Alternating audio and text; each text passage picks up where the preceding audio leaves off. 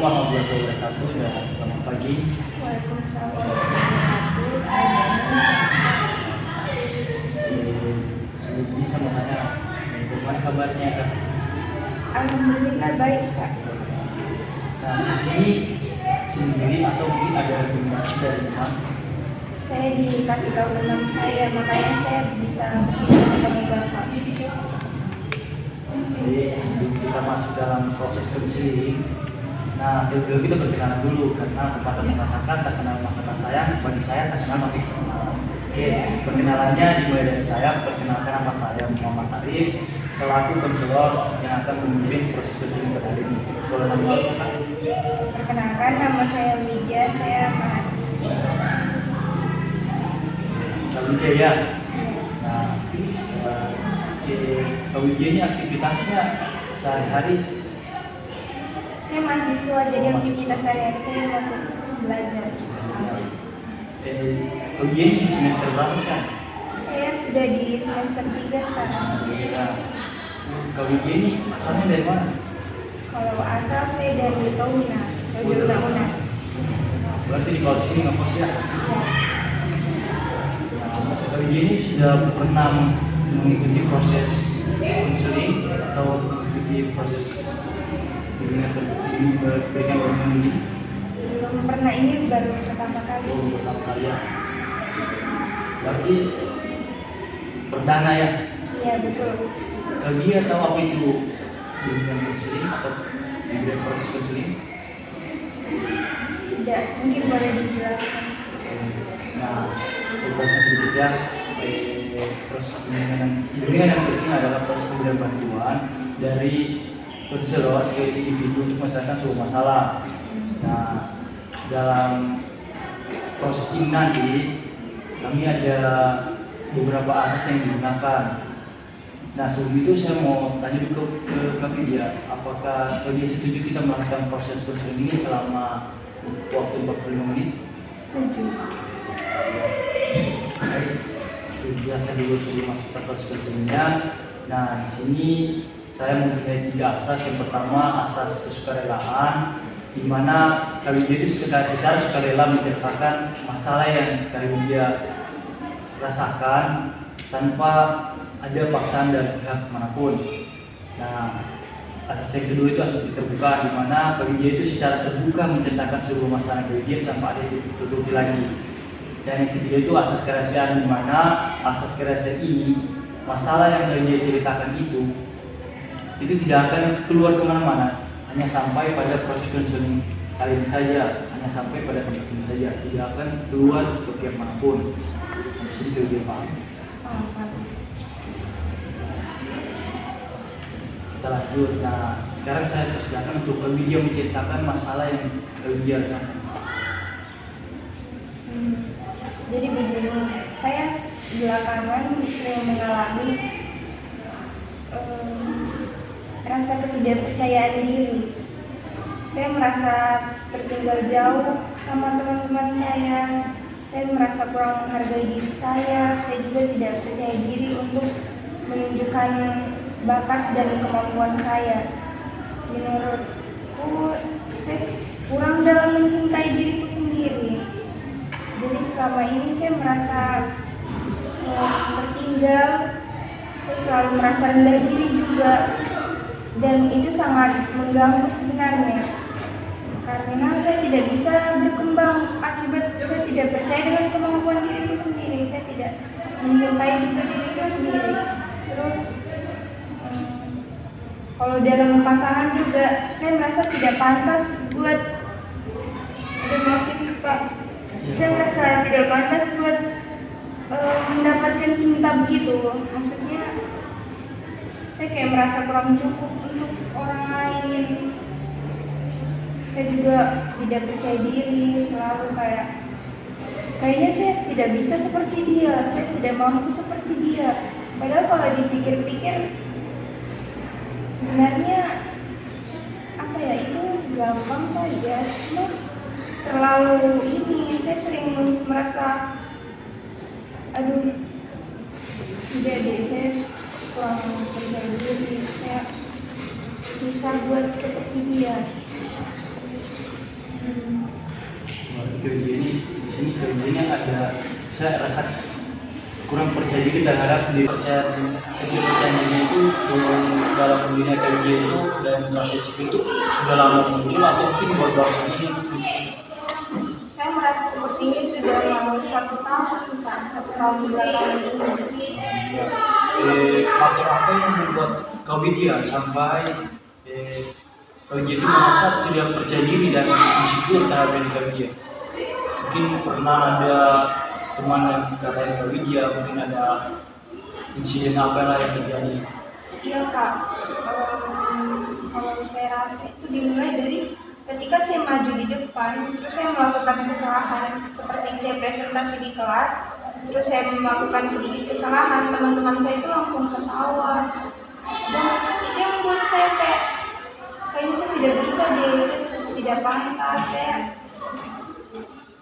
merasa insecure saja karena itu teman-teman yang sering mengetawakan. Dari situ ada mungkin apa yang Kewidya sanggup dari mereka kata-kata ini Kewidya sudah jarang berbaur sama mereka atau tetap berbaur sama mereka? Saya jadi jarang berbaur sama mereka, sudah dikasih begitu saya jadi jarang berbaur. Kewidya Saya lebih menarik diri. Kewidya ini orangnya suka menyendiri apa? Sebenarnya saya suka keramaian, tapi ketika saya diperlakukan seperti itu, saya berusaha buat menarik diri untuk tidak ikut bermain lagi bersama mereka. Saya menghindari hal itu terjadi lagi.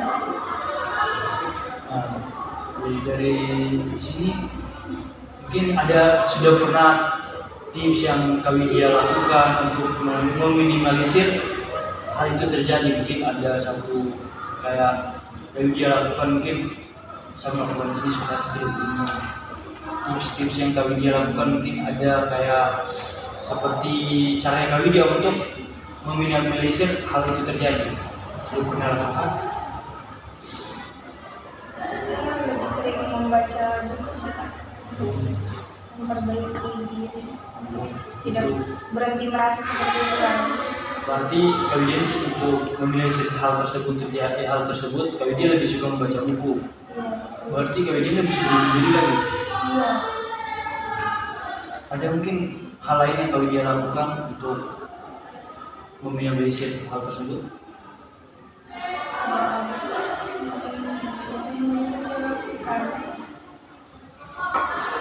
Berarti Kewidya ini sudah berusaha untuk meminimalisir, tapi hal itu terulang terus terjadi. Betul Kak. Dari kalau tentang insecure tentang pasangan itu sudah lama atau mungkin akhir-akhir ini juga terjadi? Akhir-akhir ini juga terjadi Kak. Nah, apa yang menyebabkan itu bisa muncul sampai Kewidya itu merasa bahwa Kewidya itu tidak pantas untuk dia? Karena itu sih Kak,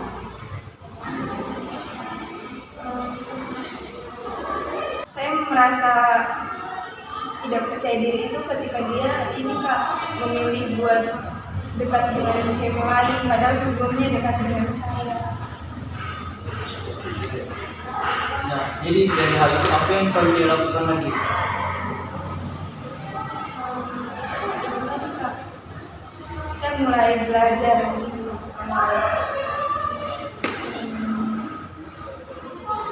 lebih menghargai diriku sih Kak.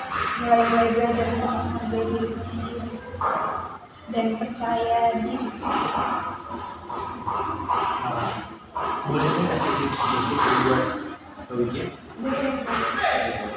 mengenai rasa tidak percaya diri itu? Kewidya sudah berusaha tentang apa yang Kewidya lakukan. Kewidya itu harus percaya diri bahwa percaya diri Kewidya bahwa Kewidya itu bisa, walaupun banyak teman-teman yang ketika Kewidya mungkin tampil presentasi atau apa selalu ketawa tapi di situ apresiasi buat diri Kewidya bahwa Kewidya itu mampu untuk melaksanakan tugasnya Kewidya dan tidak juga bahwa mereka itu juga belum bisa seperti Kewidya, terutama Kewidya itu harus mencintai diri Kewidya baru tanamkan rasa percaya diri dan dirinya Kak Widya bahwa Kak Widya itu bisa seperti mereka.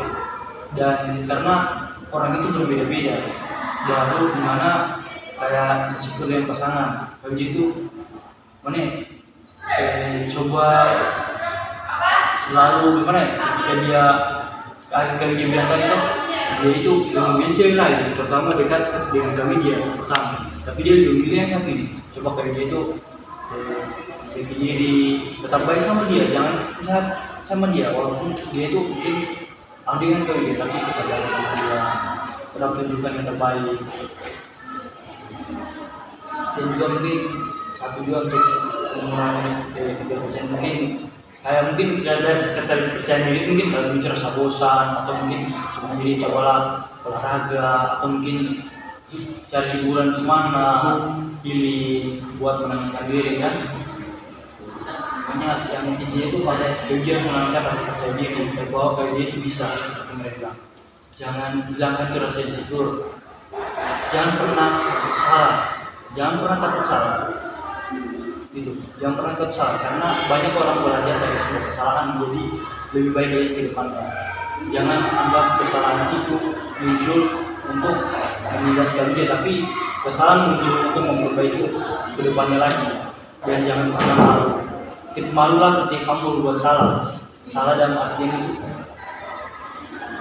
dan salah dalam artian mungkin kalau dia berbuat apa, kalau dia sudah melakukan apa yang terbaik, dan jangan malu, harus tanamkan dalam kita seperti ini.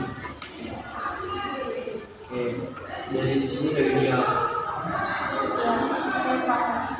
Terima kasih atas masukannya. Itu menjadi pembelajaran buat saya, jadi bekal buat saya nantinya untuk lebih percaya diri lagi, untuk berani lagi buat tampil di depan, untuk tidak insecure lagi. Nah, di sini Kak Widya masih berani menceritakan apa? Sudah tidak ada. Sudah. Gimana? Kan mau tanya perasaan Kak Widya setelah menceritakan apa perasaan Kak Widya menceritakan. Terima kasih sekali sudah mendengarkan saya merasa lebih baik sekarang. Juga ada yang mungkin bisa mulai dari cerita atau mungkin dari sini. Sampai di sini ya.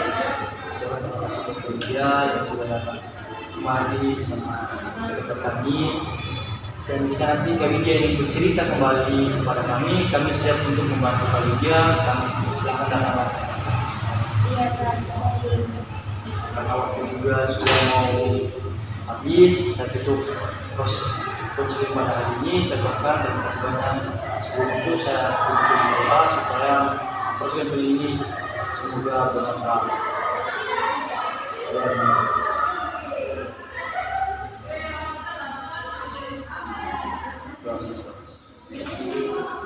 kasih Kak Widya. Terima kasih Kak. Assalamualaikum.